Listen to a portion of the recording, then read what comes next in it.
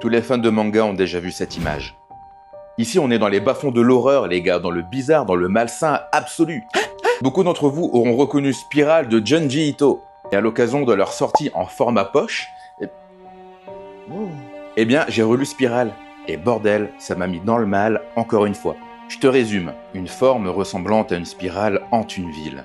Au départ, c'est relativement ponctuel et puis ça s'accentue très vite, jusqu'à ce que ça atteigne les habitants qui sombrent peu à peu dans une folie. Habitants qui sont toujours malgré eux attirés par cette étrange force mystique qui engloutit peu à peu tout sur son passage. Ce manga commence doucement et devient au fil des pages de plus en plus oppressant et très angoissant. La difformité des visages, la distorsion de l'espace va à l'encontre de ta logique humaine et va te faire grave bugger le cerveau. Grave bugger le cerveau. Avec cet auteur, on n'est pas sur de l'horreur trash et facile, non.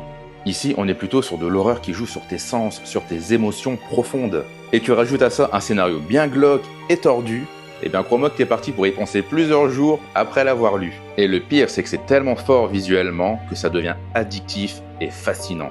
Alors si tu cherches un manga d'horreur différent des fanservice ou des slashers faciles comme on a l'habitude de voir, eh bien je te conseille fortement de jeter un œil à ce qu'a fait Junji Ito, à toutes ses œuvres.